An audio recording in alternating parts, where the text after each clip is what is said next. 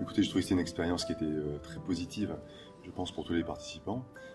Les accompagnants sont mis un petit peu en valeur, ce qui est quand même assez rare comme situation.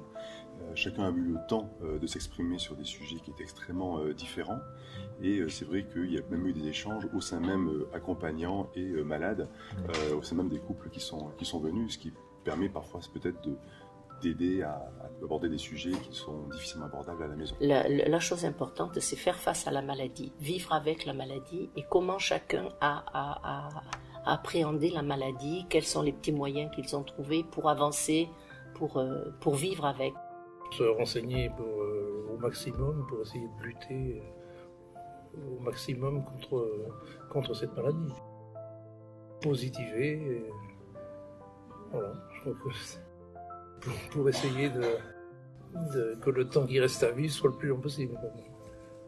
Témoignage aussi, ce que les autres ont vécu, c'est ça qui est important, comment eux, ça leur donne du courage parce que c'est souvent des témoignages très positifs et de dire je me prends en charge et je reste positif dans ma tête pour avancer avec cette maladie, vivre avec. Et en travaillant en groupe, on avance et toujours restons positifs. Mettez-vous toujours la vie devant soi. Je dis aux patients de venir pour rencontrer d'autres personnes, pour voir, leur dire vous n'êtes pas seuls, qu'ils peuvent poser les questions qu'ils veulent à leur pneumologue, des questions, toutes les questions qu'ils ne peuvent pas poser en consultation, et que là, ce jour-là, le jour de la réunion, le pneumologue est à leur disposition et répond à leurs questions.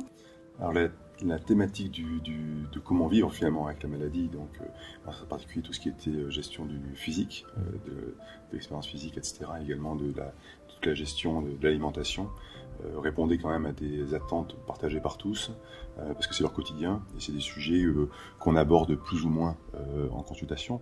Il y a des choses qu'ils savaient et qu'ils ne mettaient pas en application. De faire des petits repas, il dit « Ah ben je le savais mais je ne le faisais pas ». Donc maintenant, on va essayer de mieux manger. Chacun a son expérience, chacun a son vécu, mais ils ont tous des problématiques qui sont finalement assez identiques. Et donc les échanges entre les patients permettent de trouver des solutions pour chacun.